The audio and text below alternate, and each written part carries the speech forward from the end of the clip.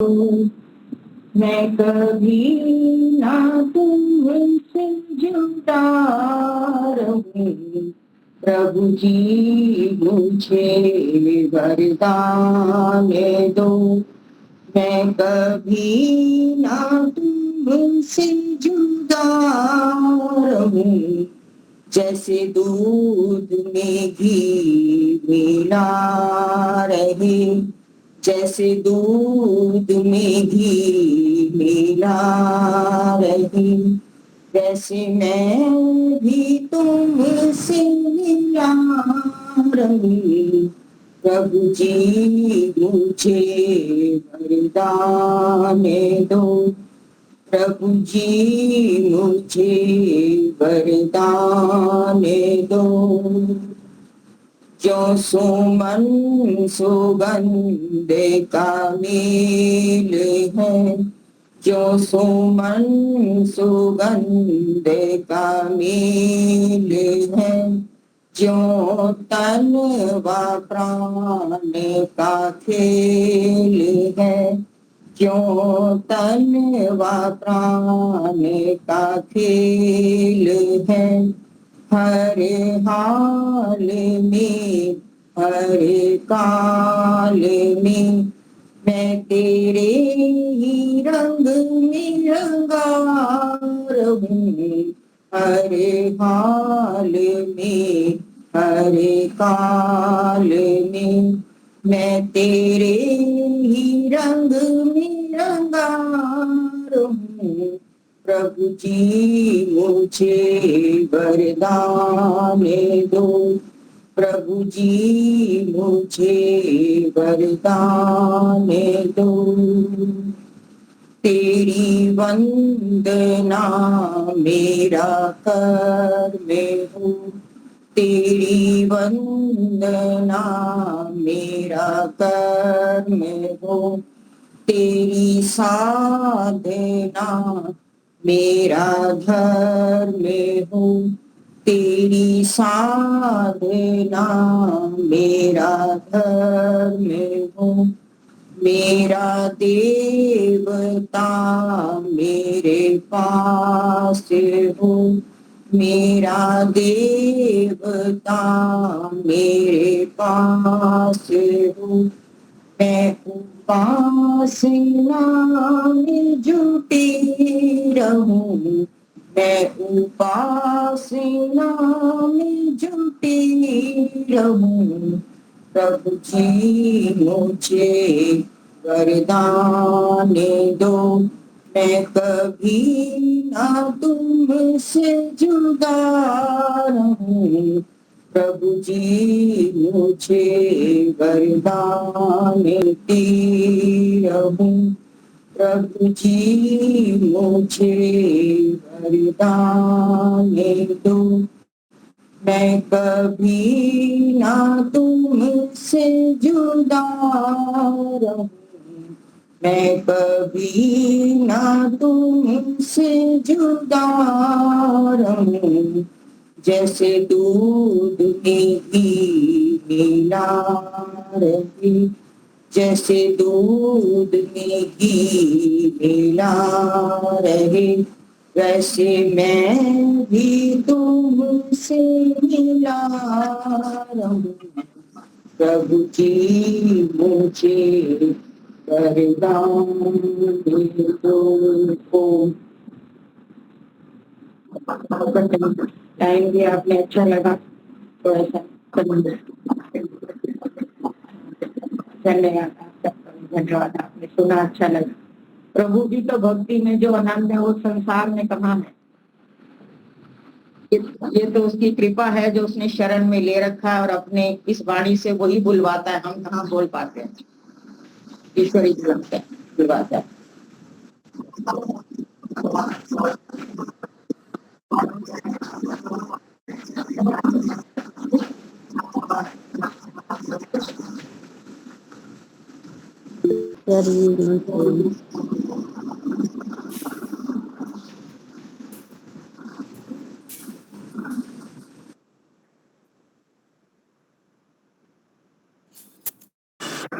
नमस्ते आचार्य जी। म्यूट।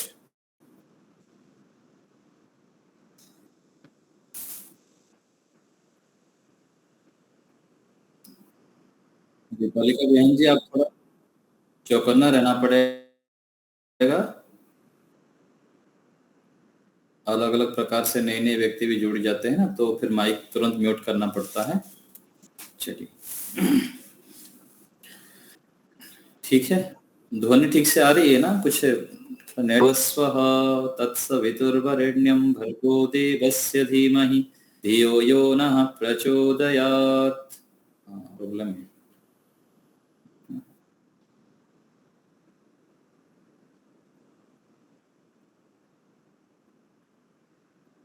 ओम, आवाज ठीक आ रही है क्या? कट रही है?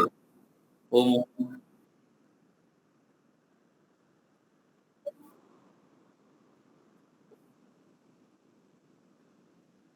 अभी ओम, अभी ठीक होगा सर?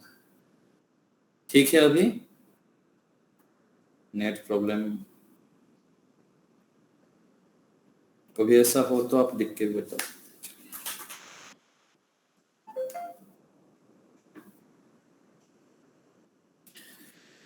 ओम यो भूतं च भव्यं च सर्वं यश्चाधितिष्ठति स्वर्यस्य च केवलं तस्मै ज्येष्ठाय ब्रह्मणे नमः। ओम शांति शांति शांति।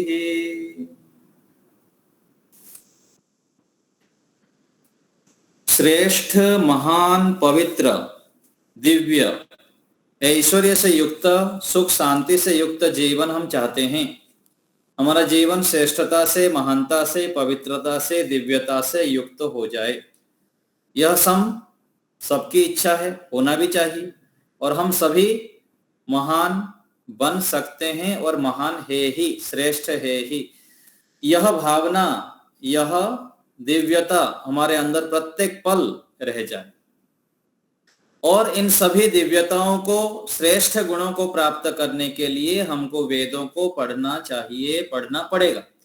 वेदों को पढ़कर, वेदों की शिक्षाओं को जानकर, समझकर, तदनुकूल आचरण करने पर हम इन सब स्थितियों को प्राप्त कर लेंगे जो हम चाहते हैं।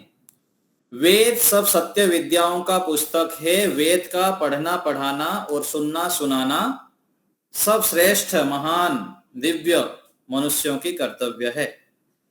यह कार्य है।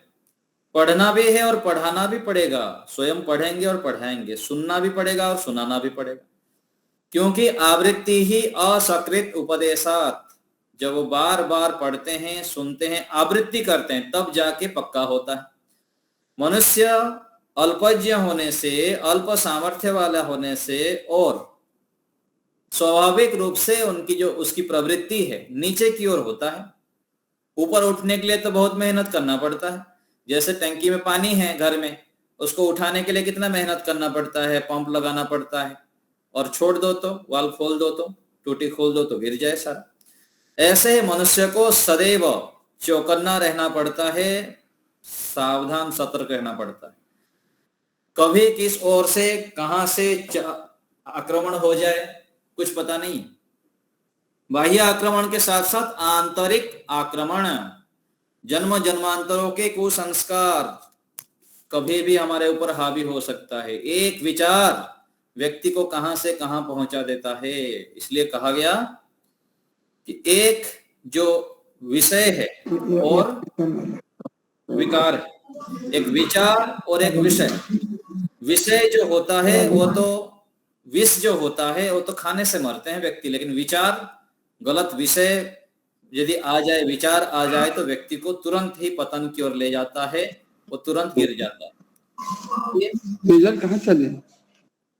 हमको विशेष सावधान रहना पड़ता है अपने आंतरिक शत्रुओं के प्रति। इसलिए कहा गया पढ़ना भी चाहिए और पढ़ाना भी चाहिए। बार बार पढ़ना, पढ़ाना, सुनना, सुनाना, जहां भी हो सकते हैं अपने अनुकूल व्यक्तियों को, हमारे से जो छोटे होते हैं, कोई जिज्ञासु व्यक्ति है, उनको अच्छे अच्छे ज्ञान विज्ञान, अच्छी अच्छी बातें जो हमको आता है, खाने के विषय में, पीने के विषय में, रहन सहन के विषय में, वो बताते रहना चाहिए, सिखाते रहना चाहिए। बताने से सिखाने से क्या लाभ है? वो सामने वाला व्यक्ति बदले ना बदले, हम तो बदल जाएंगे, हमारा तो लाभ होगा। हम जब 50 बार बोलेंगे तो एक बार तो कम से कम सोचेंगे कि भाई 50 बार बोल रहा हूं, कम से कम मैं तो क्या कर रहा हूं देखो। इसलिए ऐसे नहीं सोचना चाहिए मेरा जीवन में तो कुछ नहीं है और मैं तो नहीं बदल पाता हूं, क्यों बताऊं, फिर हानि हो जाएगी अथवा कोई कुछ बोलेगा, ऐसे व्यक्ति सोचने लग जाता है। लोग क्या कहेंगे इस चक्कर में रहेंगे ना, व्यक्ति कुछ भी नहीं कर सकता। लोगों का काम है बोलना, बोलते रहे, हमारी उन्नति होगी, हमारी बढ़ाई होगी, हम अच्छे कार्य करेंगे, लोगों को सहन नहीं होगा, ये क्यों आगे बढ़ रहा है, जलन होता है लोगों को, होता रहे, जलते रहे, जलते जलते भस्म हो जाए। और धीरे धीरे जब आगे साधना करेंगे, स्वाध्याय करेंगे, वो व्यक्ति भी पवित्र होंगे तो उनको समझ में आएगा कि ये हानिकारक है। हम भी किसी की उन्नति को देख के जलना नहीं है, और हमारा कोई जलता है तो जलता रहे, ईर्ष्या करे, द्वेष करे, कुछ भी करता रहे। तो हमको सोचना है ईश्वर, वेद, ऋषि, माता पिता, हमारी परंपरा, हम जिस पीढ़ी में हैं, जिस कुल वंश खानदान में है, हमारा कुल वंश खानदान क्या है, हम ऋषियों के खानदान के हैं, ईश्वर के खानदान के हैं, हम भारत के वंशधर हैं, महापुरुषों के वंशधर हैं। ये सब जो थोप दिए हैं ना हमारे ऊपर, कितनी सारे अज्ञानता से लोग जीते हैं। देखिए ईश्वर की बड़ी कृपा रही है, हम इस जाल में फंसते नहीं है और सोचते भी नहीं। जाट है, गुज्जर है, ये ब्राह्मण है, ये क्षत्रिय है, ये जाति के है, वो ऐसा है, वो राजपूत है, पता नहीं क्या क्या। फिर आगे बढ़ते हैं तो ये इस प्रांत का है, उस प्रांत का है, ऐसे ऐसे लोग सब मान्यताओं से जीते रहते हैं जो हमारे ऊपर थोपा गया है। तो इन छोटी छोटी मान्यताओं से, विचारों से हमको ऊपर उठना है। वसुधैव कुटुंबकम की भावना, सभी के प्रति एक रूपता। मेरे मन में बड़ी कृपा है ईश्वर की, ऐसे कोई भावना आती नहीं, ये यहाँ का है, वो वहां का है, ये ऐसा है, वो ऐसा है। जहां जाओ सबको अपनापन देना, अपनापन अंदर से स्वीकार हो जाए, ऐसे हमको बनना है। तो हम ऋषियों के संतान हैं, महापुरुषों के संतान हैं, ईश्वर के संतान हैं, ईश्वर हमारी माता पिता है। ऐसी दिव्य भावना से जब हम युक्त होते हैं तो हमारा जीवन बदल जाता है, हमारी दिशा हम स्वयं तय करते हैं। फिर हम आगे बढ़ते जाएंगे और निरंतर आगे बढ़ेंगे और कुछ नया करेंगे। एक्स्ट्रा ऑर्डिनरी होना चाहिए, क्रिएटिविटी होना चाहिए, चमत्कार होना चाहिए, मिराकल होना चाहिए जीवन में। जहां है वहीं पड़े हैं, ऐसा नहीं होना चाहिए। घर में, परिवार में, समाज में, अपने जीवन में रोज रोज कुछ नया नया करना चाहिए। अच्छे अच्छे बढ़िया बढ़िया काम, नया नया गुणों को धारण करना, दोषों को छोड़ना, कुछ नया कार्य करना, कुछ सेवा करना, परोपकार करना, अच्छे अच्छे अपने आदतों को डेवलप करना, ये रोज हमारा होना चाहिए। और ये कब होता है?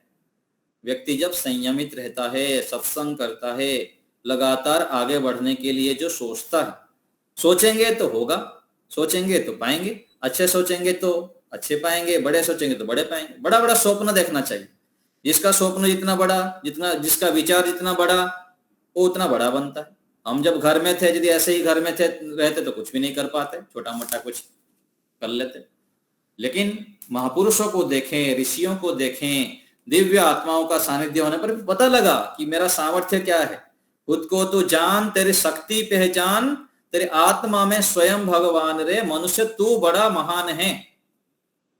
धरती की शान तू है, मनु की संतान। ये भजन, इसको हमको आत्मसात करना है। जमी सलाम करे, आसमां सलाम करे, करो काम की सारा जहां सलाम करे। ऐसे काम हमको करके जाना है और हम कर सकते हैं। ऐसी अपने अंदर दृढ़ विश्वास, संसार के जो पिता है, महान आत्मा है, वो मेरे पिता है, मैं ऋषियों के परंपरा के खानदान के वंशज हूं, मैं करके दिखाऊंगा, करके दिखाऊंगी। यह संकल्प, यह दृढ़ विश्वास रख के जब हम सेवा, परोपकार, साधना करते हैं, वेद के अनुकूल चलते हैं, वेदों को पढ़ते हैं, तब तो फिर समझ में आता है वेदों की गूढ़ रहस्य, जो मूल ज्ञान विज्ञान है वो समझ में आता है। क्या है वेदों का मूल, वेद क्या कहना चाहता है, वेद में क्या ऐसी खजाना है, उसे हमें जानना पड़ेगा और तब जाके हम जान सकते हैं। तो वेद सबसे प्राचीन विद्या है, श्रेष्ठ विद्या है, सब सत्य विद्याओं का मूल है। और हम आत्माओं की मूल मांग क्या है? सत्य। हम पवित्र होना चाहते हैं, शुद्ध होना चाहते हैं। हमें क्या चाहिए? हमें चाहिए स्थिर सुख, शांति, प्रसन्नता, निश्चिंतता, निर्भयता। ये चाहिए हमें। यतो अभ्युदय निश्रेयस सिद्धि ही स धर्मः। तो वेदों को पढ़कर केवल अभ्युदय को ही प्राप्त नहीं करना है, निश्रेयस को भी प्राप्त करना पड़ेगा। तो वेद का जो मूल तात्पर्य क्या है? सर्वे वेदा यत् पदम आमनन्ति तपांसि सर्वाणि च यद् वदन्ति यदिच्छन्तो ब्रह्मचर्यं चरन्ति तत्ते पदम संग्रहेण ब्रवीमि ओम इति एतत्। तो सारा वेद का जो गूढ़ रहस्य है, मूल मंत्र है, वो क्या है? ईश्वर को जानना, स्वयं को जानना, शरीर, इंद्रिय, मन, इन सबके दासत्व से रहित होकर परम तत्व को जान लेना, यही मूल है। यही गूढ़ विद्याएं हैं वेद की। ठीक है, वेद में बहुत सारी विद्याएं हैं, विमान विद्या भी है, सब कुछ है। लोग बोलते हैं किस रूप में है, कहाँ लिखा है? अरे भाले मनुष्य, देखिए ये जो आटा है, गेहूं है, ये जो मीठा है, इन सब जो हम मिस्त्री लेके बनाता है, कैसे बनाता है? उनको जोड़ के बनाना पड़ता है। तो ऐसे ही वेद में, दर्शनों में, इन सब सूत्रों में, मंत्रों में, श्लोकों में सार रूप में है, गूढ़ चाबी रूप में है। वो तो चाबी, ताला चाबी लगा के खोलना पड़ता है। तो वेद को पढ़ने के लिए संस्कृत पढ़ना पड़ेगा, गुरुकुल में रहना पड़ेगा, सालों तक तपस्या करनी पड़ेगी, संयमित आचरण करना पड़ेगा, बुद्धि की जो जंग लगा हुआ है ना, उसको घिसना पड़ता है। 4000 अष्टाध्यायी का सूत्र याद करना पड़ेगा, धातु पाठ 2000 सूत्र याद करना पड़ता है, उनादि कोश है, लिंगानुशासनम है, गणपाठ है, ऐसे कितने सारे शास्त्रों को, लाखों सूत्रों को, मंत्रों को, सबको याद करना पड़ता है। तब जाके बुद्धि में जो जंग लगा हुआ है ना, खुलता है। फिर समझ में आता है जीवन क्या है, कहाँ जाना है, कहाँ जाने के लिए मिला है। इन छोटे छोटे उद्देश्य के लिए जो हम जी रहे हैं ना, खाने में, पीने में, मौज मस्ती में, घूमने में, फिरने में, उसी में ही व्यक्ति सिकोड़ के रह जाता है, सोचता है बस हो गया कल्याण। तो वेदों को समझने के लिए ऋषियों के अनुसार चलना पड़ता है, गुरुकुल में पढ़ना पड़ता है, और गुरुकुल में ना भी पढ़े तो ऋषियों के अनुसार, ऋषियों के ग्रंथों को पढ़ेंगे, तदनुकूल आचरण करेंगे, तब समझ में आए। जैसे लोग बोलते हैं ना समाधि क्या है, समाधि कैसे लगता है, तो हमारे गुरुजी बताए 30 साल के बाद बताऊंगा। 30 साल आओ, यहाँ साधना करो, बैठो, फिर संयम करो, फिर समझ में आएगा। आप LKG में बैठे हैं, है ना, और प्रथम क्लास में बैठे और PhD लेवल के बाद पूछ रहे हैं आप समाधि क्या है, तो बोलने से भी थोड़ी समझ में आएगा। चलो बता भी देंगे आपको कि क्या सूत्र आया, तदर्थ अर्थमात्रम निर्भासम समाधि, है ना। ध्यान में, ध्यान को कहा गया तत्र प्रत्येकतान ध्यानम, एक तानता ज्ञान का बना रहना ध्यान है, और उस ध्यान में अर्थ मात्र निर्भासम ध्यान है। तो ऐसे मोटे मोटे रूप में बता देने से कहाँ समझ में आएगा?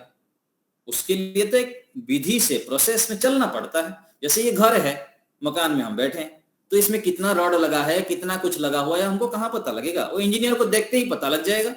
ऐसे डॉक्टरी विद्या है, पाक विद्या है, जिस विद्या में हम समय लगाते हैं, कुछ साल लगाएंगे, तब फिर आप पूछेंगे तो बता सकते हैं, फिर वो समझ में आएगा आपको। इसलिए बहुत सारी बातें हमको प्रारंभ में समझ में नहीं आता है, लेकिन लगे रहना चाहिए। जैसे ऋषियों ने बताया ना कि सम्मानात् ब्राह्मणो नित्यम उद्विजेत द्विषाद इव अमृतत्व चाकांक्षेत अवमानस्य सर्वदा। बताइए कहाँ समझ में आएगा? 40 साल बाद भी समझ में नहीं आएगा। क्या बोले मनुस्मृति में, क्या लिखा गया? सम्मान को ब्राह्मण विष के तुल्य दरे। देखिए गजब है, सम्मान मिलेगा, कोई प्रशंसा करेगा तो जहर की तरह डरना है अंदर से, और अप्रशंसा मिले तो डरना कितनी बड़ी है, और अपमान हो तो सहन करना। तो इसके पीछे कितनी गूढ़ विद्या है। तो देखिए बाहर कोई सम्मान कर रहा है, प्रशंसा हो रही है, अंदर हमारे क्या हलचल हो रहा है, ये स्थिति है। अंदर यदि हम उसको देख के फूल गए, जो प्रशंसा आज किया है कल आपको पटकेगा, और अपमान अधिक करेगा। सभी लोग करेंगे नहीं, मतलब अपमान करेंगे तो फिर आप वहां पर फंस जाएंगे। देखिए सभी का अच्छी प्रकार अनुभव है दुनिया में, आप सभी का। तो देखिए जहां से हमको सम्मान मिला, प्यार मिला, बहुत अधिक फूलमाला मिली, वहां से अच्छी प्रकार से अपमान मिलता है, विरोध मिलता है और बहुत कुछ होता है।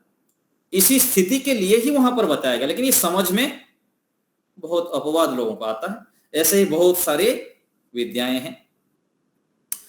तो वेद में अनेक विद्याएं हैं, लेकिन उसको ऋषियों ने हमारे सामने सरलता से रख दिया कि ईश्वर, जीव और प्रकृति, इन तीनों को जान लो तो सारा जान ली। ईश्वर की वास्तविक स्वरूप को जान लीजिए, प्रकृति के विषय में ठीक ठीक जान लीजिए कि प्रकृति में दुख ही दुख भरा पड़ा है, सर्वम दुखम, है ना। और आत्मा के विषय में हम शरीर नहीं है, मैं आत्मा हूं। इन तीनों को ठीक ठीक जानना, और ये जानने के लिए सालों साल, जन्मों तक तपस्या करनी पड़ती है, लगे रहना पड़ेगा, पढ़ना, पढ़ाना, सुनना, सुनाना, ये करना पड़ेगा।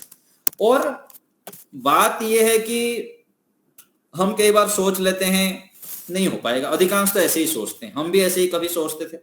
अभी धीरे धीरे धीरे धीरे करके अभी मजबूत बन रहे हैं, मजबूत बन रहे हैं। अच्छे से तपस्या करनी पड़ती है, अच्छे से जप करना पड़ता है, अच्छे से खूब मेहनत करने पर फिर ये जो क्या बोलते हैं उसको,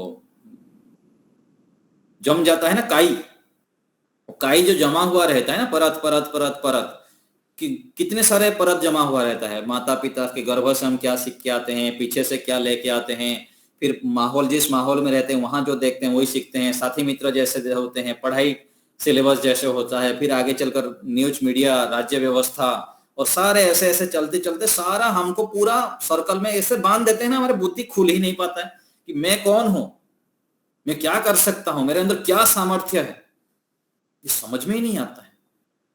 अभी अभी कुछ पढ़ता हूं मैं, बहुत स्वाध्याय करता हूं, ऐसे ऐसे किताब मिल जाता है, ऐसे ऐसे विचार मिल जाता है, फिर समझ में आता है अरे बाबा क्या गजब है, हमारे अंदर क्या सामर्थ्य है, हम कैसे कर सकते हैं। हमारा सोच कितनी सूक्ष्मता से हमारा विचार काम करता है।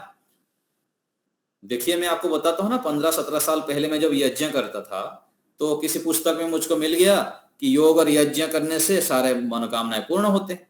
तो मैं देख लिया, फिर उसके अनुसार करने लग गया। तो यज्ञ करते समय में जो सोचता था ना कि मुझको गुरुकुल में पढ़ना है, सन्यासी बनना है, मुझको संस्कृत सीखना है, मुझको देश राष्ट्र के लिए करना है, देखिए कैसे कैसे माध्यम बना, वहां सोचता था मैं बैठ के, मुझको पूरा याद है कि इस जगह पर ऐसे में बैठ के सोचता था।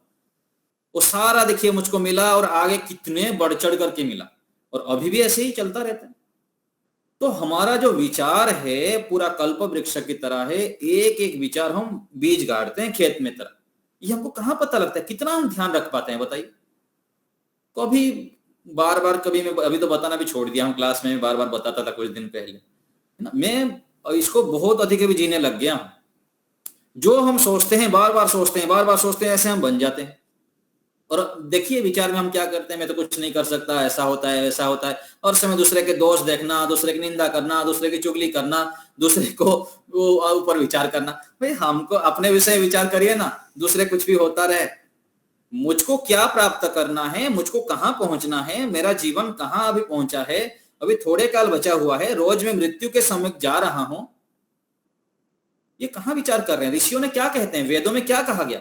वेद मंत्र की एक व्याख्या में ऋषि लिखते हैं कि हमको हर समय मृत्यु के सम्मुख रहने पर जो स्थिति होती है उस स्थिति को मन में आवृत्ति करना चाहिए, रखना चाहिए। तो व्यक्ति राग द्वेष, इधर उधर, इधर देखना, इधर कुछ भी नहीं देखेगा, पूरा सीधा चलेगा। और कोई ऐसा ऐसा करेगा तो ज्यादा ध्यान भी ना देख हुए अपना काम सिद्ध कर देगा। और जितना अपने काम की ओर लगेंगे, जितना पुरुषार्थ करेंगे, जितना एकांत करेंगे, जितना शांत रहेंगे, जितना पवित्र आचरण करेंगे, उतना तीव्रता से छलांग मार के फिर ऊपर बढ़ेंगे। तो ईश्वर की कृपा से ये सब प्राप्त होते हैं। गुरुजनों के, ऋषियों के सानिध्य में जब हम रहते हैं, संगति, अच्छे दिव्य महान संगति यदि हम मिल गया, जबरदस्ती इच्छा ना होने पर भी जब हम बार बार सत्संग करते हैं, अच्छे अच्छे पुस्तकों का स्वाध्याय करते हैं, एकांत पे रहते हैं, तो देखिए कैसे जीवन बदलता है, पूरा कायाकल्प हो जाता है, बदल जाते हैं। तो हमको वेदों के गूढ़ रहस्य को जानना है। गूढ़ रहस्य अर्थात आत्मा को जानना, परमात्मा को जानना, संसार में हम क्यों आए हैं इसको जानना, ये गूढ़ विद्या है। और ये जितना जो दिख रहा है ना, ये सब चकाचौंध, ये गाड़ी बना दिया, मोबाइल बना दिया, जहाज बना दिया, ये तो कुछ भी नहीं है। ये सब करते हुए आप सोचिए ना, हम सोचे थोड़ी देर बैठ के, ये सारा कर लिया, ना अपने विषय में जाना, ना संयम रहा, ना सदाचार रहा, ना पवित्रता को जाना, ना ध्यान कर पाया, ना समाधि को जान पाया, ना कुछ क्लेशों को दग्धबीज कर पाया, तो क्या पाया फिर बोलिए? जीवन किस लिए मिला था? यह चेत अवेदित अथा सत्यम अस्ति नो चेत महति विनष्टि। ऋषि लिखते हैं, वेद में लिखता है, भाई इसी जीवन मिला है कुसंस्कारों को दग्ध करने के लिए, अपने दोषों को छोड़ने के लिए, ईश्वर को प्राप्त करने के लिए, अगला जीवन को रोकने के लिए। यदि वो नहीं जाना तो देखिए क्या कर रहे हैं। बड़े बड़े लोगों को देख लीजिए, डॉक्टर है, इंजीनियर है, साइंटिस्ट है, IAS है, क्या क्या सब लोग क्रैक करना चाहते हैं। सबको देखिए, जाके उनके पास बैठिए, मित्रता करिए, फिर समझ में आएगा कितने नशा करते हैं, कितने शराब पीते हैं, कितने असंयमित आचरण करते हैं, क्या उनका जीना जीवन है। देखिए, तो हमको अपने बच्चों को और अपने परिवार में लोगों को और स्वयं, दूसरे का तो छोड़िए, दूसरे की ठेका बाद में, हम बदलेंगे युग बदलेगा। हम स्वयं समझ जाएं कि जीवन की वास्तविकता क्या है, वेद क्या कहना चाहता है, वेदों का सार क्या है। ऋषि दयानंद जी हमारे सामने, ऋषियों ने हमारे सामने उदाहरण है। ऋषियों का मूल सिद्धांत है कि बस संयम, सदाचार, पवित्रता, शांत, पुरुषार्थमय हमारा जीवन हो जाए।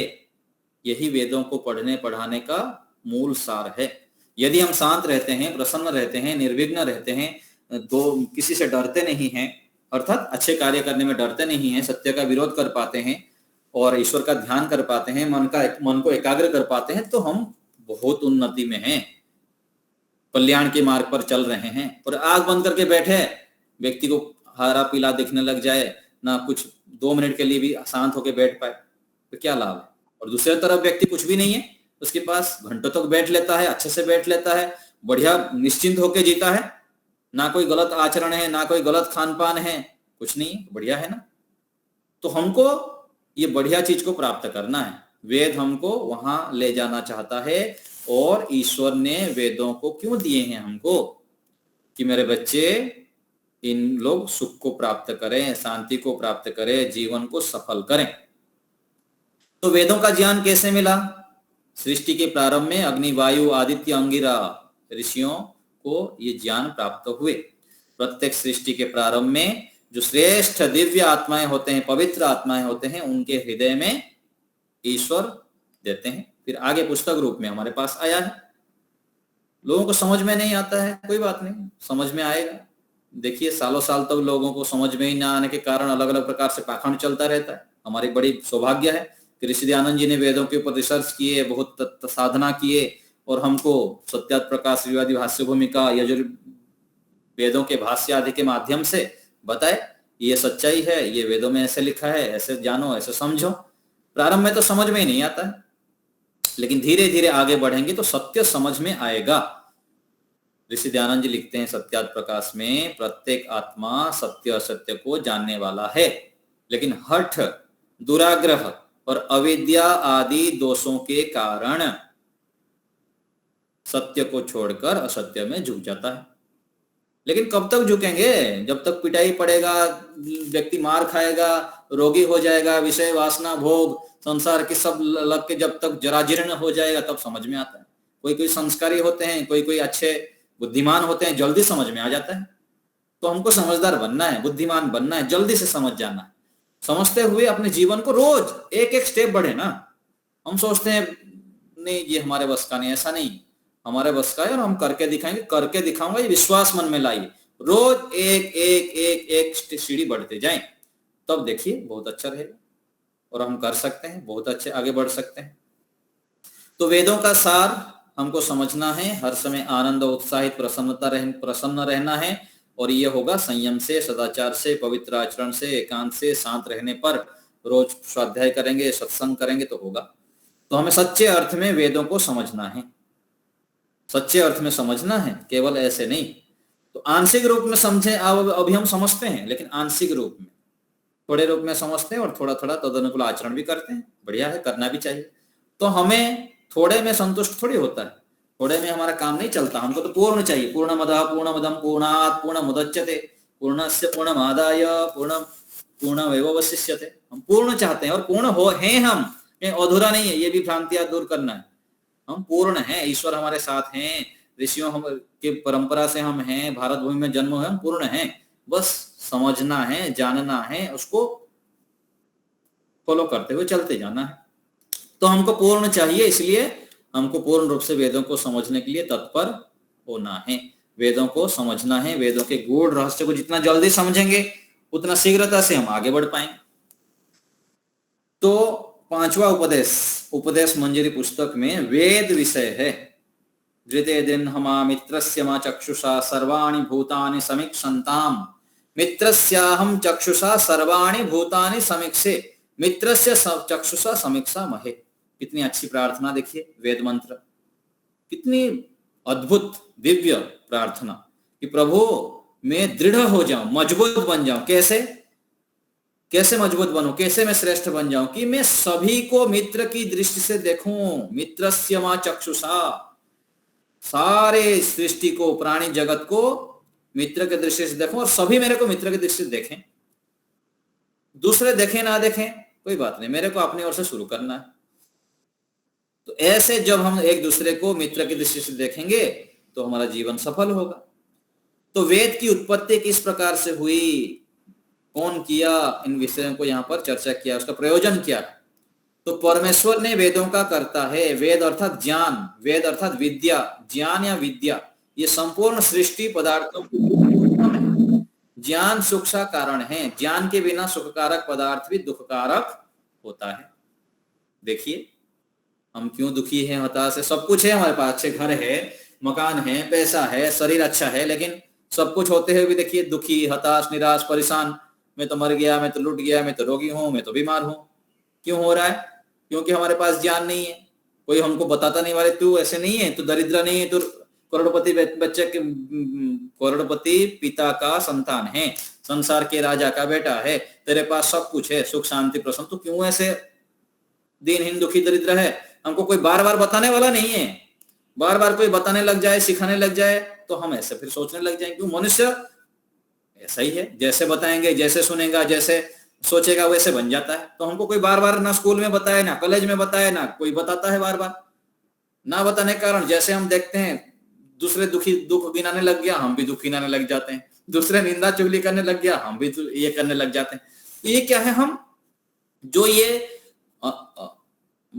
अनावश्यक अथवा हानिकारक इन विचारों को, मान्यताओं को हम अपने बुद्धि में बिठाकर रखें।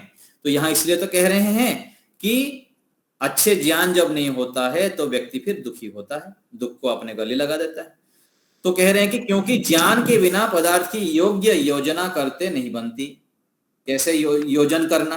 देखिए अच्छे भोजन है हमारे पास, कितना खाना है, कब खाना है, कैसे खाना है, यदि पता नहीं लगा तो अच्छी खाना है, व्यक्ति जल्दी जल्दी खा लिया तो पाचन नहीं होगा। चबा चबा के खाना था, शांत होकर खाना था, भगवान को याद करके खाना था, अच्छे से धैर्य पूर्वक खाना था, मात्रा से खाना था, यदि पता नहीं लगा।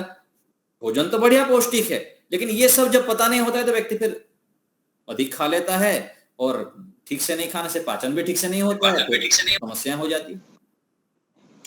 तो जब तक हमको पदार्थों के ठीक ठीक ज्ञान नहीं होता है तब उससे हम सुख नहीं ले पाते हैं। ऐसे ही संबंधों में देखिए, पति में, पत्नी में, बच्चों में, परिवार में, भाई सभी दिव्य आत्माएं हैं। दो लोग दूसरे से कितनी सुख मिलता है, हम वो सुख को क्यों नहीं सोचते हैं? दूसरे से 90 से 95 से लेकर 99% हमको सुख मिलता है। उस सुखों को एक तरफ कर देते हैं और थोड़ा बहुत दोष होता है, दुख होता है, अथवा कोई गलत आचरण कर लिया, उसी को ही पकड़ के आप ऐसे करते हैं, ऐसे करते हैं, आपको ऐसे नहीं करना चाहिए, ये होना नहीं चाहिए, ऐसा होना चाहिए, बार बार ये करते हैं। ऐसे करते करते क्या होते हैं? हम दुखी हो जाते हैं। भाई परमात्मा की कितनी बड़ी कृपा है, आपको ऐसे आत्मा मिले हैं, पति के रूप में, पत्नी के रूप में, बच्चों के रूप में, संबंधों के रूप में। ये क्यों? अज्ञानता के कारण हम दुखी रहते हैं, गुणों को नहीं देख पाते हैं। तो अज्ञान के कारण चाहे व्यक्ति हो, चाहे वस्तु हो, चाहे स्थान हो, ऐसे ही स्थान भी, व्यक्ति जहां भी जाओ वहां पर कमी निकालेगा। ऐसा है, वैसा है, यहाँ ऐसा नहीं हुआ, यहाँ ऐसा नहीं हुआ, ऐसा कर दिया, वैसा कर दिया, कमी निकालते हैं। तो ये सब अज्ञानता है। तो इन अज्ञानों को दूर करने के लिए वेदों का ज्ञान है। जितना इतना हम वेदों को जानते हैं उतना उतना हम फिर अपने सोच, विचार, व्यवहार, आचरण आदि को बदलने लग जाते हैं। उसी परिस्थिति में जहां हम दुखी होते थे, हताश होते थे, निराश होते थे, उसी स्थिति में वही सब सिचुएशन आएगा, लेकिन वहां पर हमारा सोच बदल गया, हम अपनी आंतरिक स्थिति को बढ़ा दिए, दिव्य बना दिए, तो देखिए कितने व्यक्ति शांत रहता है, प्रसन्न रहता है। इसलिए तो कहा गया साधक व्यक्ति, योगाभ्यासी व्यक्ति, ईश्वर भक्ति व्यक्ति पहाड़ के समान दुख, कष्ट, बाधाएं, परेशानी, रोग आने पर उसको राई बना देता है पहाड़ को, और राई को फिर रुई बना के फूंक मार के उड़ा देता है। और जो वेदानुकूल आचरण नहीं करता, ईश्वर भक्ति नहीं करता, सत्संग नहीं करता, अच्छे महापुरुषों के सानिध्य में नहीं रहता, वो फिर छोटी सी समस्या को पहाड़ बना देता है और फिर डिप्रेशन से युक्त हो जाता है। तो हमें वेदों को पढ़ना है, वेदों को समझना है, वेदानुकूल आचरण करना है। तो अनंता वै वेदाः ऐसा वचन है।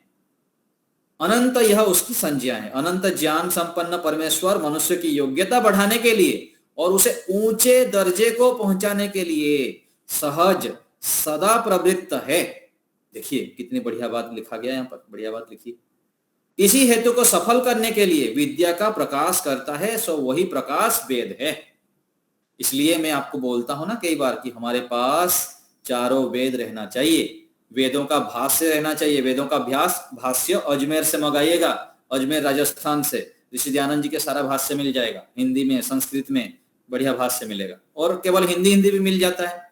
तो चारों वेदों का भाष्य हमारे पास रहना चाहिए, उपनिषद रहना चाहिए, दर्शन, 6 दर्शन रहना चाहिए, वाल्मीकि रामायण है, और जो है महाभारत, स्वामी जगदीशानंद जी लेखक हैं, पूज्य स्वामी जगदीशानंद सरस्वती, उनकी लिखे हुए रामायण महाभारत आदि को मंगाइएगा। तो हमारे पास ये सब रहेगा तो कभी कभी पढ़ेंगे तो समझ में आएगा सब ठीक ठीक सत्य बातें। तो अनंत विद्या परमात्मा ने क्यों दिए हैं? कि हमें ऊपर उठाने के लिए, हमें खुशियां देने के लिए। तो मनुष्य इस अनंत ज्ञान के लिए अर्थात वेद ज्ञान के अर्थ योग्य अधिकारी है। इस ज्ञान की उत्पत्ति मनुष्य से नहीं हुई है।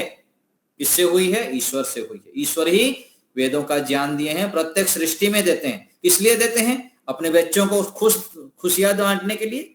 जैसे माता पिता अपने बच्चों को खुशियां बांटते हैं, सुख देना चाहते हैं, शांति देना चाहते हैं, ऐसे ही परमात्मा वेदों का ज्ञान हमको खुशियां देने के लिए, प्रसन्नता देने के लिए बनाए हैं। तो ईश्वर साकार नहीं है, उससे वेद का प्रकाश कैसे हुआ? तो तालु, जिह्वा, ओष्ठ आदि जिस अधिकरण से नहीं है तो उनका कैसे परमात्मा ने दिए? तो आया उपनिषद की पंक्ति, अपाणी पादो जबनो ग्रहीता पश्यत्य चक्षुः सशृणोत्य कर्णः सवेत्ति विश्वं न च तस्यास्ति वेत्ता तमाहुरग्र्यं पुरुषं पुराणम। ये श्लोक बताया गया कि परमात्मा का हाथ नहीं है, पानी अर्थात हाथ नहीं है, लेकिन परमात्मा सब कुछ कर लेते हैं। और आंख नहीं है लेकिन सब देखते हैं, कान नहीं है लेकिन सब सुनते हैं, चुपचाप सब जो भी हम सोचते हैं ना मन में चल रहा है हमारा, सब जानते हैं परमात्मा। सवेत्ति विश्वम न तस्यास्ति वेत्ता, परमात्मा सारे विश्व को, एक एक जीवात्माओं को अच्छी प्रकार से बारीकी से जानते हैं। और न तो तस्यास्ति वेत्ता, उनको पूरा पूरा परमात्मा को जानने वाला कोई नहीं। इतने बड़े समुद्र को कैसे जानेंगे? लेकिन जानते तो हैं। बहुत सारे ऋषि मुनि परमात्मा को जान के, उनके आनंद लेके क्लेशों को दग्धबीज किए हैं समाधि लगा के, पूरा पूरा नहीं जानते। तो ऐसे परमात्मा हैं और वो पूरा आदि में हुए हैं, अग्र है, अग्रिम है, वो श्रेष्ठ है, महान है। ऐसे परमात्मा को हमें जानना चाहिए। तो परमात्मा के पास कुछ भी ना होते हुए भी हाथ पैर अंतर्यामी रूप से सब दिए हैं, वेद का ज्ञान, सृष्टि को भी बनाए हैं। इतने बड़े सृष्टि को जो बना दिए, हम कैसे आ गए माँ के गर्भ में? और जो माँ के गर्भ में दूध आया कैसे आया? गाय का दूध पीते हैं, घी आ जाता है, कहां से आ रहा है? कभी सोचें तो पता लगेगा। बुद्धि को रगड़ेंगे, तपस्या करेंगे तो समझ में आएगा कि परमात्मा कितना महान है। वो आता है ना एक भजन, बहुत अच्छा भजन है, तेरी कला का क्या निराला है ना, कैसे कैसे तो सृष्टि को बनाया है। तो परमात्मा की कृति को जानने के लिए हमको बहुत अधिक आगे बढ़ना पड़ेगा, मेहनत करनी पड़ेगी, तब जाके ईश्वर की सृष्टि समझ में आता है। जब ये समझ में आ जाता है ना, व्यक्ति शिकायत करना छोड़ देता है, प्रत्येक परिस्थिति में सम रह पाता है। मान लीजिए बड़े से बड़े कठिनाई आ गया, बाधा आ गया, पेट टूट गया, अंधे हो गए, कुछ भी हो गया, तो ये स्थितियां जो होती है ना, कई बार हमको आगे बढ़ाने के लिए अथवा हमको क्या आगे ले जाने के लिए ये सब होते हैं। हम समझते नहीं है, प्रत्येक स्थिति में शिकायत करते रहते हैं, ऐसा हो गया जी, वैसा हो गया जी, ये हो गया जी, ये हो गया जी। तो ये क्यों हम करते हैं? क्योंकि परमात्मा के ऊपर भरोसा नहीं है, परमात्मा की सृष्टि की व्यवस्था को हम समझ नहीं पा रहे हैं। कितने सारे परिस्थिति आया, देखिए कितने सारे गलत परिस्थिति आया, दुखद परिस्थिति आया, बहुत कुछ हुआ जीवन में, लेकिन वो परिस्थिति से आगे बढ़कर हमको कुछ आगे विशेष रत्न देना चाहते हैं परमात्मा। और हमारे कितने जन्मों के कितने सारे कर्म हैं, कैसे सृष्टि को बनाना है, कैसे चलाना है, कहां से कहां ले जाना है, वो परमात्मा को सब पता है। इसलिए ज्यादा शिकायत नहीं करना चाहिए, पीछे कुछ भी घटनाएं हो गई उसको जो है विचार नहीं करना चाहिए, दुखी नहीं होना चाहिए, आवृत्ति नहीं करना चाहिए, मेरे साथ तो ऐसा हो गया जी, ऐसा हो गया जी, ये है जी, वो है जी, क्यों रो रहे हैं आप, ऐसा नहीं रोना चाहिए, ठीक नहीं है। जहां है वहां वर्तमान में जिए, अच्छे अच्छे कार्य करिए, मेहनत करिए, पुरुषार्थ करिए और आगे के लिए सोचिए अच्छे अच्छे कार्य करने के लिए। पीछे का सोचना बुद्धिमत्ता नहीं है। तो परमात्मा सब अच्छे करेंगे, हमारा सबसे बड़े हितैषी परमात्मा है। हम जितना अपना हित नहीं चाहते हैं, जानते हैं, परमात्मा जानते हैं। जैसे माता पिता बच्चों को क्या चाहिए पता है, बच्चे जितने भी सोचते हैं ना बड़े हो गया तो मैं बहुत बुद्धिमान बन गया, माता पिता का कदर नहीं करते हैं, सम्मान नहीं करते हैं, श्रद्धा नहीं करते हैं, बड़े मडेन हो जाते हैं, ये सब फिर दुर्गति को प्राप्त होते हैं, दुखी होते हैं। फिर समझ में आता है जब बुढ़े हो जाते हैं, मेरे पिता ही ठीक बोलते थे, माता ही ठीक बोलती थी, दादा दादी ठीक बोलते थे, फिर समझ में आता है जब ठोकरे मिलता है। तो ऐसे ही जब हम ईश्वर के सानिध्य में जाते हैं, ईश्वर की उपासना करते हैं, आगे बढ़ते जाते हैं, तब समझ में आता है कि अरे परमात्मा तो कितनी बड़े हितैषी है हमारे, कितनी मेरा हित चाहते हैं, मुझको कहां से कहां ले जाना चाहते हैं, इतने दिव्य आनंद देते हैं, पदे पदे मुझको प्रेरणाएं करते हैं, पदे पदे मुझको दिव्य आनंद देना चाहते थे। मैं समझ ही नहीं पाता था, कहाँ उलझा हुआ था छोटे छोटे चीजों में, बच्चों के खिलौने में, खाने में, पीने में, मौज मस्ती में, विवाह पार्टी, सब चीजों में। फिर बाद में समझ में आता है। तो जल्दी हम समझ जाएं, परमात्मा हमको बहुत सुख देना चाहते हैं। और सुख कहाँ कैसे देते हैं? वेदों के माध्यम से देते हैं। वैदिक ग्रंथों को पढ़ेंगे तो ईश्वर की बात समझ में आएगा। वैदिक विद्वानों को पढ़ेंगे, सुनेंगे, उनके प्रति श्रद्धा रखेंगे, उनको कहे हुए अनुसार चलेंगे, ऋषियों के, विद्वानों के, श्रेष्ठ आचार्यों के सानिध्य में जब रहते हुए पढ़ते हैं, सुनते हैं। और पढ़ना सुनना ये एक तरफ, दूसरा आचरण। जितना इतना हम आचरण करेंगे, आचरण की दिव्यता ही सफलता का राज है। सब कुछ का मूल है व्यवहार, आचरण। हम आचरण में अपने अभ्यासों की दिव्यता को बढ़ाएं।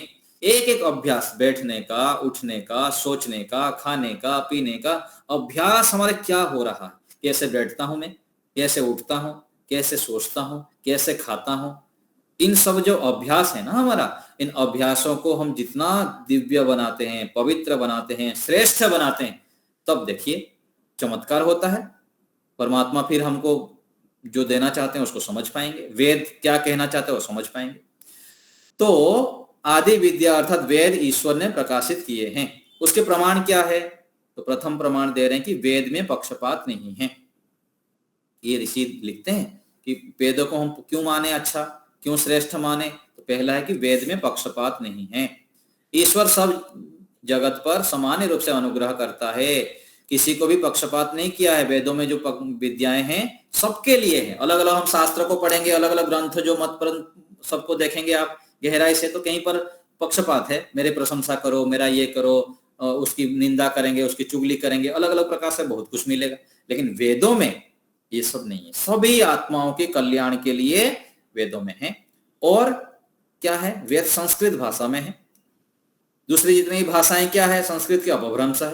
यदि गहराई में जाएंगे आप ना, इसलिए जो संस्कृत पढ़ा हुआ व्यक्ति होता है ना, जो अष्टाध्यायी पढ़ा है, जो अच्छी प्रकार से संस्कृत में मेहनत किया है, वो दूसरे भाषाओं को जल्दी जल्दी सीख लेता है, समझ लेता है।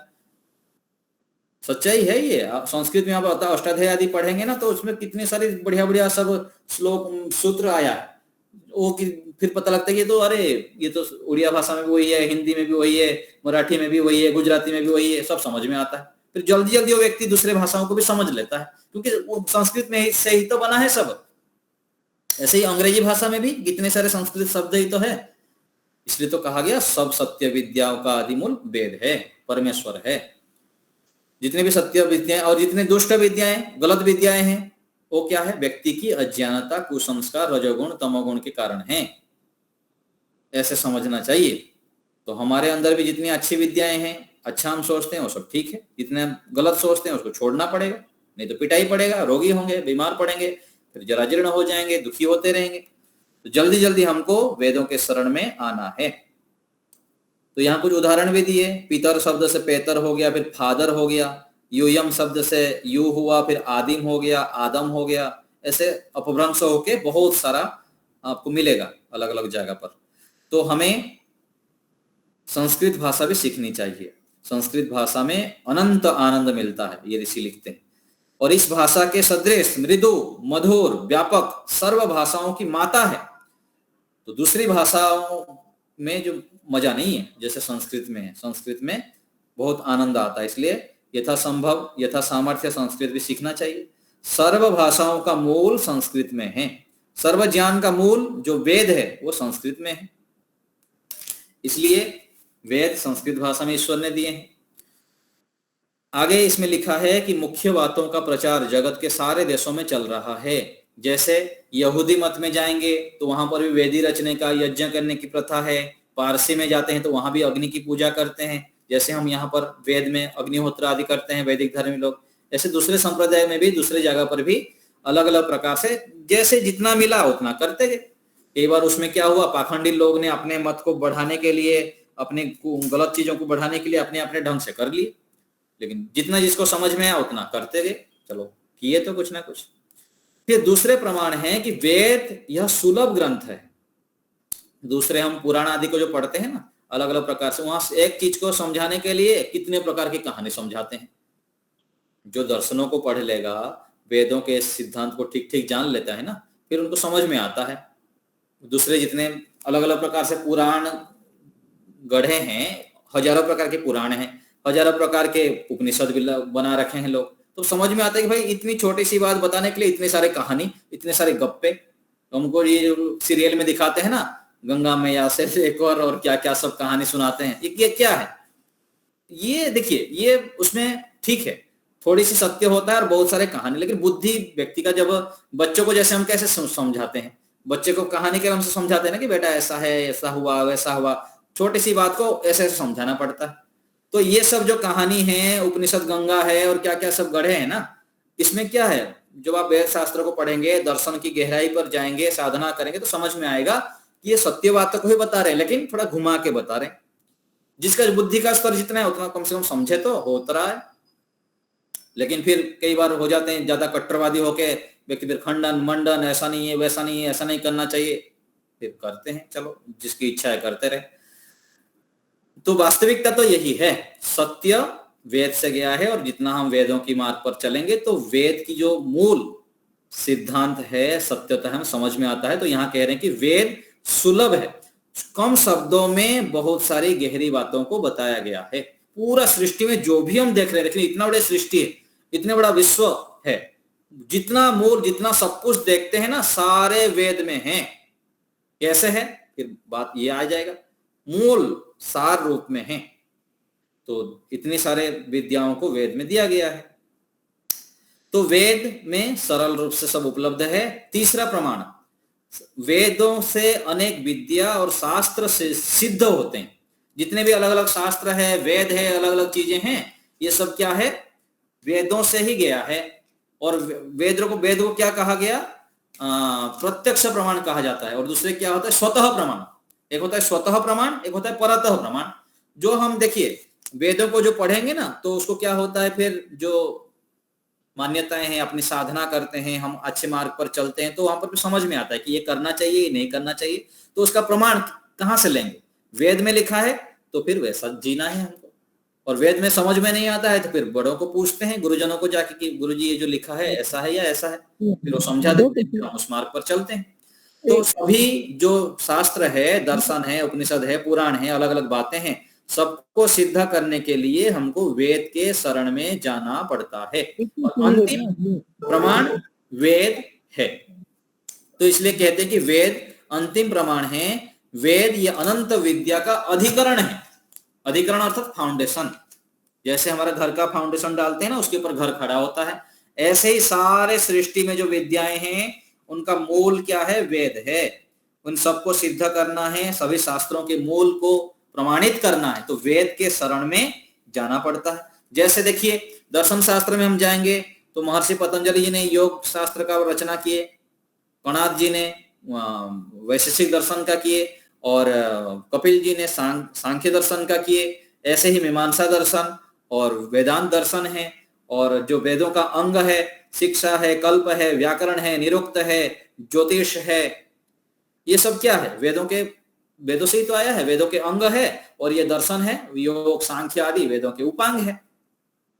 तो इन वेदों को समझने के लिए अंगों को, उपांगों को, उपनिषदों को, इन सबको पढ़ना पड़ता है। सालों तक पढ़ते हैं, सुनते हैं, फिर आगे बढ़ते रहते हैं। एक नियमित दिनचर्या में जब रहते हैं, अनुशासन में चलते हैं लंबे समय तक, तब जाके समझ में आता है वेदों का सार, तब जाके हम ईश्वर के सानिध्य में जाते हैं। इसलिए सांख्य दर्शन में कहा गया, प्रणति ब्रह्मचर्य गुरु उपसर्पणानि बहुकालात् तत्सिद्धि। तो प्रणति अर्थात ईश्वर का ध्यान करना, ईश्वर के अनुकूल चलना, ब्रह्मचर्य का पालन करना, गुरु आचार्य के अनुशासन में रहना, तब जाके सिद्धि मिलती है। इसी को कहा गया सतु दीर्घ काल निरंतर सत्कार सेवितो दृढ़ भूमि। तो इसमें जो सत्कार शब्द है, इसको ऋषि खोलते हैं, विद्या पूर्वक, ब्रह्मचर्य पूर्वक, श्रद्धा पूर्वक और तपस्या पूर्वक, इन 4 काम पूर्वक लंबे काल तक जब हम लगते हैं, तब वेदों का सार हमको समझ में आता है। तो वेद ईश्वरकृत नहीं है, मनुष्यकृत नहीं, ईश्वरकृत है, मनुष्यकृत नहीं है। तो ईश्वर ने मनुष्य मात्र के बुद्धि व्यापार का, बुद्धि को उन्नति का भी अवकाश रखा है। इसलिए सारे शास्त्र मेहनत करेंगे तब समझ में आएगा। जैसे होता है ना कि दूध से घी, व्यक्ति शुद्ध घी चाहता है ना। आजकल तो मिलता नहीं है ना, चलो हमको मिल जाता है, हम ऐसे स्थान पर हैं अभी, ठीक है ना। बड़ा ये भी चक्कर है। शुद्ध दूध के लिए हमारे गुरुकुल में ऐसा था, जब दर्शन योग महाविद्यालय में हम पढ़ते थे, तो क्या हुआ एक बार कि शुद्ध घी यहाँ से आता है, वहां से आता है बोल के हम लेते रहे। एक दिन हम स्वामी जी के साथ सोचे, स्वामी ध्रुवदेव जी के साथ गाड़ी उठाए और चले, भाई किन किन के जगह से दूध आता है। तो जहां गए, जिन जिन के घर में दूध आता था ना, किसके घर में गाय नहीं है, किसी घर में भैंस है, क्या बताएं आपको, सोचिए। ऐसे ही आचार्य जी एक बार चल पड़े, हमारे एक आचार्य जी जहां से दूध आता था वहां गए, तो व्यक्ति भी नहीं मिला और जगह भी नहीं मिला। ये स्थितियां हैं। तो ये स्थितियां हैं, तो शुद्ध घी चाहिए आपको, तो ईश्वर की कृपा से कहीं मेहनत करेंगे, या तो गाय पालिए, है ना, और ढूंढेंगे तो मिलेगा। तो ऐसे ही वेदों को जानने के लिए, समझने के लिए हमको भी दूध से, जैसे प्रोसेस है ना, मुझको तो बड़े आयु तक भी पता भी नहीं था दूध से घी कैसे बनता है, 30 साल तक लगभग, है ना। फिर धीरे धीरे चलो ईश्वरी कृपा हुई, गाय भी पालने का सोचते थे, गाय भी दूध देना भी आ गया, गाय का गोबर उठाना से लेकर सारा पालन सब कुछ धीरे धीरे सीख लिए थे, एक बार अवसर मिला ऐसे। तो हमको शुद्ध चीज को जानने के लिए मेहनत करना पड़ता है, और हम सब प्राप्त कर सकते हैं, और जन्म सिद्ध अधिकार है। ऐसा मत सोचिए कि नहीं होगा, ढूंढेगा तो मिलेगा, क्यों नहीं मिलेगा। जैसे हम भी सोचते थे शुद्ध घी के विषय में, अभी शुद्ध घी मिलता है, भर भर के मिलता है हमको, और शुद्ध ज्ञान भी मिला हुआ है, और उसको और भी समझने के लिए और भी हम तपस्या कर रहे हैं, और चलता ही रहेगा ये चीजें। जो हम चाहेंगे, ईश्वर हमारे पिता है, ईश्वर के पास बैठते हैं, ईश्वर का ध्यान करते हैं, तो परमात्मा हमारे लिए रास्ता दिखाते रहते हैं और रास्ता बनाते रहते हैं, कैसे हमको जाना, कहाँ पहुंचना है। इसलिए चिंता नहीं करनी चाहिए। तो हमें सभी को वेदों के गूढ़ रहस्य को जानना है। अनंत ज्ञान विज्ञान जो है, विशेष ज्ञान विज्ञान है, उसका मूल ईश्वर प्राप्ति है, सुख शांति को प्राप्त करना है, उसको हमें समझना है, निरंतर आगे बढ़ता जाना है। तो ऐसे हम बढ़ते जाएंगे तो वेदों के सार को, गूढ़ रहस्य को समझ पाएंगे, और ये समझना बहुत जरूरी है। समझेंगे तो फिर हम आनंद, उत्साह, निर्भयता, पराक्रम, शूरवीरता, हर समय उत्साहित रहना, प्रसन्न रहना और पुरुषार्थी रहना, ये हम कर सकते हैं। नहीं तो फिर जो स्थितियां हैं वो चलता रहेगा ऐसे ही। तो ईश्वर से प्रार्थना है हम सबको बहुत अधिक सामर्थ्य दें, हम ईश्वरीय वाणी वेद को समझें, जानें, तदनुकूल आचरण करने के लिए पूर्ण पुरुषार्थ करते हुए तत्पर हो जाएं।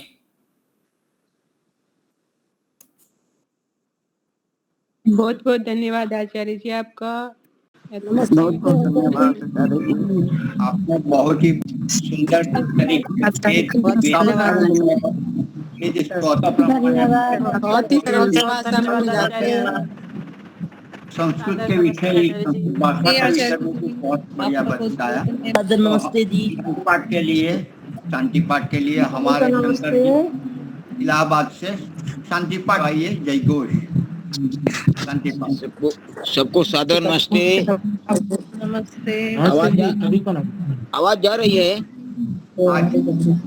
आज के कक्षा का समापन शांति पाठ से। पहले शांति पाठ। ओम ध्यान शांति अंतरिक्षम शांति पृथ्वी शांतिराप शांतिरोषधयः शांति वनस्पतयः शांतिर्विश्वे देवा शांतिर्ब्रह्म शांति सर्वं शांति शांतिरेव शांति सामा शांतिरेधि। ओम शांति शांति शांति। जय घोष। जो बोले सो अभय। मर्यादा पुरुषोत्तम भगवान राम की जय हो। योगराज भगवान कृष्ण की जय हो। व्याकरण सूर्य गुरु विजयानंद की जय हो। युग प्रवर्तक महर्षि दयानंद सरस्वती की जय हो। स्वामी श्रद्धानंद की जय हो। भारत माता की जय हो। गौ माता की रक्षा हो, माता का पालन हो। देश के अमर शहीदों की जय हो। वेद की ज्योति ओम का झंडा आर समाज सत्यार्थ प्रकाश प्रणव ध्वनि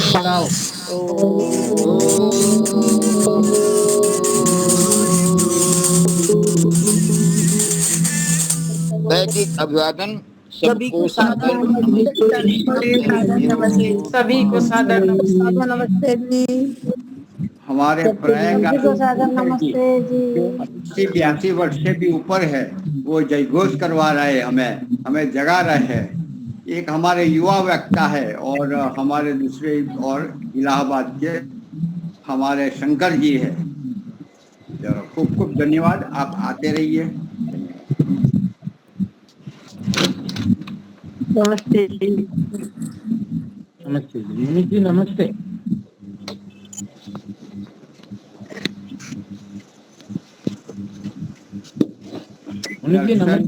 गांव में लाकरोड़ा में शिविर सत्य की खोज न्याय दर्शन पर स्वामी विवेकानंद जी ले रहे हैं, तो बहुत अच्छी चल रही है। इनमें मुख्यतः न्याय दर्शन पर सत्य की खोज पर 3 कक्षाएं विशेष होती है, सुबह में, दोपहर में और रात्रि को लगभग 1.25 घंटा। बहुत अच्छा लाभ मिल रहा है। और भी आचार्य प्रिय जी भी अन्य विषय ले रहे हैं, तो हमें समय बिल्कुल नहीं मिलता, ऐसा बोल सकते हैं। देख रही हैं? आपका बात किया के लिए आ जाइए। रहते हैं आप दर्शन विभाग में यहीं रहते हैं।